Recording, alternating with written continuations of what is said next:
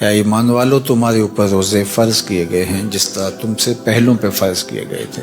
روزے کیوں فرض کیے گئے ہیں؟ لعلکم تتقون، تم متقی بن جاؤ، پرہیزگار بن جاؤ۔ تو ہمارا رب ہمیں متقی دیکھنا چاہتا ہے۔ حضرت سیدنا علی المرتضیٰ رضی اللہ تعالی عنہ نے تقوی کی خوبصورت تعریف ارشاد فرمائی ہے، ہی الخوف من الجلیل، یہ اس عالی مرتبت ذات باری کے خوف کا نام ہے، اللہ سے ڈرنے کا نام ہے تقوی۔ وہ صرف ہمارا خالق ہی نہیں، ہمارا مالک و رب ہی نہیں، ہمارا محبوب بھی ہے۔ والذین آمنوا اشد حبا للہ، ایمان والے اپنے رب کو ٹوٹ کے چاہتے ہیں، شدید محبت کرتے ہیں اپنے رب سے۔ تو جس سے محبت کی جائے تو اس کی ناراضگی سے ڈرا جاتا ہے، اس کے تو تھوڑے سے تیور بدل جائیں، اس کا التفات کم ہو جائے تو زندگی اجڑنے لگتی ہے۔ تو اللہ کا خوف وہی مانا کہ اس کی ناراضگی سے ڈرا جائے۔ اور دوسری بات ارشاد فرمائی والعمل بالتنزیل، اور اترنے والی پاکیزہ کتاب قرآن مجید پہ عمل کرنے کا نام تقوی ہے۔ اور پھر فرمایا والقناعۃ بالقلیل، اور تھوڑے پر قناعت کرنا۔ اللہ اگر زیادہ عطا فرما دے تو اس پہ شکر کرنا چاہیے، اور شکر کرنے سے نعمت فزوں تر ہوتی ہے، نعمتیں بڑھ جاتی ہیں۔ لیکن اگر اللہ زیادہ عطا نہیں فرماتا تو وہ خوب جانتا ہے کہ میں نے اپنے بندے کو کس جگہ رکھنا ہے، تو بندہ اس پہ راضی رہے کہ میرے مالک میں اس پہ راضی ہوں جس جگہ تو مجھے رکھنا چاہتا، تو اس کو قناعت کہتے ہیں۔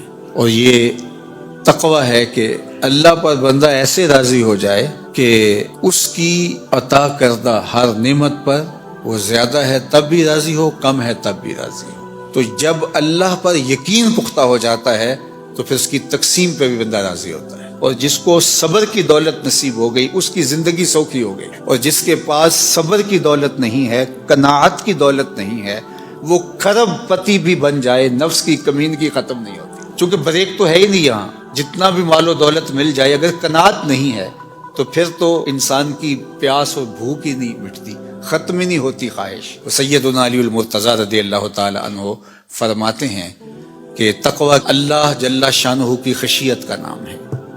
تقوی قرآن مجید پر عمل کی توفیق کا مل جانا ہے، تقوی اللہ کے دیے پر راضی ہو جانا ہے۔ چوتھی چیز جو تقوی کا جز آپ نے بیان فرمایا، والاستعداد لیوم الرحیل، جو رحلت کا وقت ہے، دنیا سے جانے کا وقت ہے، اس کے لیے تیاری، یہ تقوی ہے۔ اگر ہمیں یہ چار چیزیں نصیب ہو گئیں تو سمجھو اللہ نے تقوی کا نور نصیب فرما دیا۔ اور یہ میرا اور آپ کا مقصود ہے، ہمیں جن نیکیوں کی ترغیب دی گئی ہے ان میں سے سب سے بڑی نیکی ہے کہ ہم تقوی اختیار کریں، اور ہمارا رب چاہتا ہے کہ ہم متقی بن جائیں۔ تقوی کی ایک اور تعریف بھی کی گئی ہے، اور وہ بہت خوبصورت تعریف ہے کہ تمہارا رب تمہیں جہاں دیکھنا چاہتا ہے تم وہاں پائے جاؤ، اور تمہارا رب جہاں تمہیں نہیں دیکھنا چاہتا تم وہاں نہ پائے جاؤ، تقوی اسے کہتے ہیں۔ تمہارا رب تمہیں مسجد میں دیکھنا چاہتا ہے 5 وقت، تمہارا رب تمہیں خیر کے کاموں میں دیکھنا چاہتا ہے، تمہارا رب تمہیں بیمار کے سرہانے دیکھنا چاہتا ہے، تمہارا رب برہنہ بدن اور بھوک اور پیاس سے تڑپتے ہوئے لوگوں کی مدد کرنے کے لیے ان کی دہلیز پر پہنچا ہوا دیکھنا چاہتا ہے، تمہارا رب تمہیں خیر کے کاموں میں منہمک دیکھنا چاہتا ہے، وہاں تم پائے جاؤ، وہاں سے خیر حاصل نہ ہو۔ اور جہاں تمہارا رب تمہیں نہیں دیکھنا چاہتا تو وہاں تم پائے ہی نہ جاؤ۔ تمہارا رب تمہیں کسی ایسی جگہ پہ نہیں دیکھنا چاہتا جو تمہارے منصب کے لائق نہیں ہے، اس نے تمہیں دستے قدرت سے بنایا ہے، اللہ اکبر۔ تو وہ کیسے اپنے شاہکار کو کسی گندی جگہ پہ دیکھنا چاہے گا، کسی غلاظت کے ڈھیر پہ دیکھنا چاہے گا؟ جہاں بدکاریوں کا ماحول ہوگا وہ اپنے شاہکار کو وہاں کیسے دیکھنا چاہے گا؟ تو